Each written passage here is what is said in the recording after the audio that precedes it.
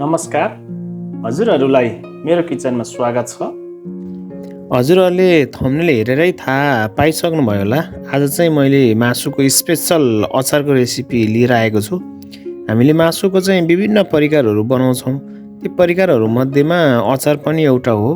यसलाई चाहिँ हामीले 2-3वटा कुरामा राम्रोसँग ध्यान दिएर बनायौँ भने करिब हामीले 9 महिना 10 महिनासम्म यसलाई स्टोर गरेर मजाले खान सक्छौँ।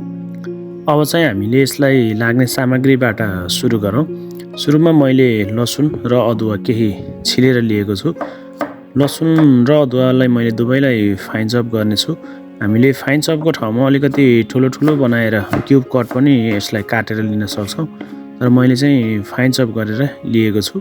हजुरहरूले चाहिँ आफ्नो इच्छाअनुसार साइज काट्न सक्नुहुन्छ।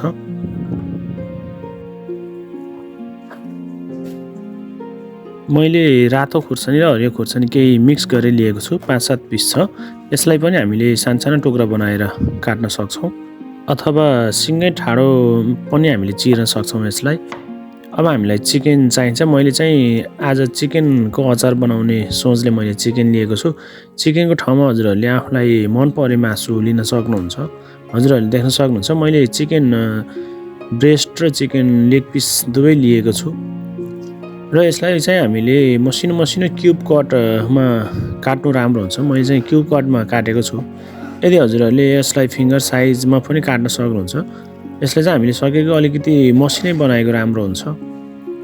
मैले चाहिँ क्युब कटमा काटेको छु। हजुरहरूले देख्न सक्नुहुन्छ यत्रो साइजमा काटेको छु मैले।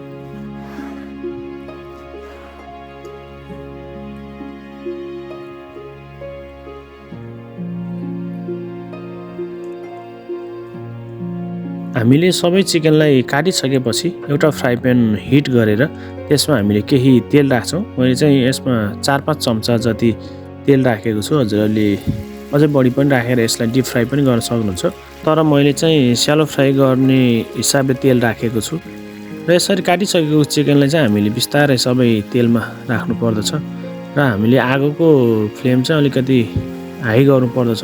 यदि हामीले लो फ्लेममा चिकनलाई पकायौँ भने यो पछि ज्यादै सारो बस्नेछ। त्यसैले हामीले यसलाई हाई फ्लेममा पकाएर बाहिर चाहिँ एकदम क्रिस्पी तर भित्र चाहिँ अलिकति सफ्ट हुने हिसाबले हामीले यसलाई बनाउनु पर्दछ।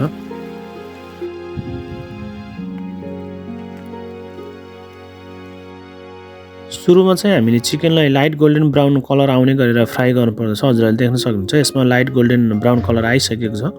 अब अघि हामीले काटेर राखेको अदुवा, लसुन र हरियो खुर्सानी फेरि यसमा राखेर यसलाई हामीले राम्रोसँग एकचोटि मिक्स गर्नुपर्छ।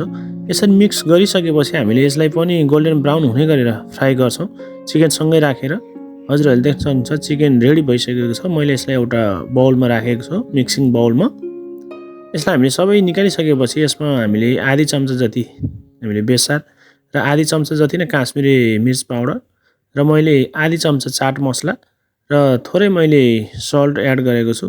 त्यसलाई मैले सावरको लागि अमिलोको लागि चाहिँ लेमन जुस एड गरेँ। हजुरहरूले यसको ठाउँमा भेनेगर पनि एड गर्न सक्नुहुन्छ। लेमन जुस र भेनेगरले चाहिँ हाम्रो यो अचारलाई अझै लामो समयसम्म टिकाइराख्नेछ। मैले एउटा मसला आफै तयारी गरेर यसमा एड गरेको छु। मसलामा चाहिँ मैले जिराको दाना, धनियाँको दाना, यस्तै टिमुरको दाना र सुकेको खोर्सानी राखेर यसलाई मैले एकछिन फ्राई गर्नेछु।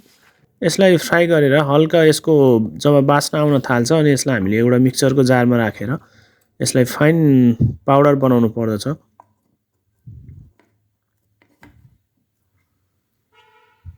त्यो मिक्सरको जारमा राखेर मैले फाइन पाउडर बनाएर त्यसमा अघि मिक्स मसला बनाएर पिसेर राखेको मसला चाहिँ यसले चाहिँ अचारको टेस्ट एकदम बढिया मिठो आउँछ, राम्रो आउँछ। हजुरहरूले देख्न सक्नुहुन्छ अचार एकदम राम्रो देखिएको छ।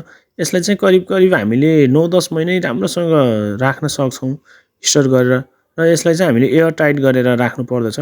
यदि हजुरहरूले अलिकति लामो समयसम्म कतै बसाइ जानुहुन्छ, कतै टाढा जानुहुन्छ भने यसलाई लान सक्नुहुन्छ। यो चाहिँ एकदम स्वादिष्ट हुन्छ।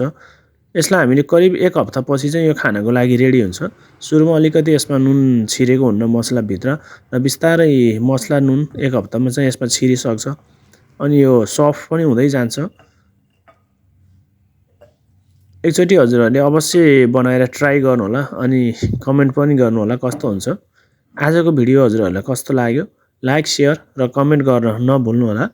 आगामी दिनमा पनि मैले नयाँ भिडियोहरू रेसिपी लिएर पक्कै आउनेछु। त्यतिन्जेलसम्मको लागि बिदा चाहन्छु। हजुरहरूको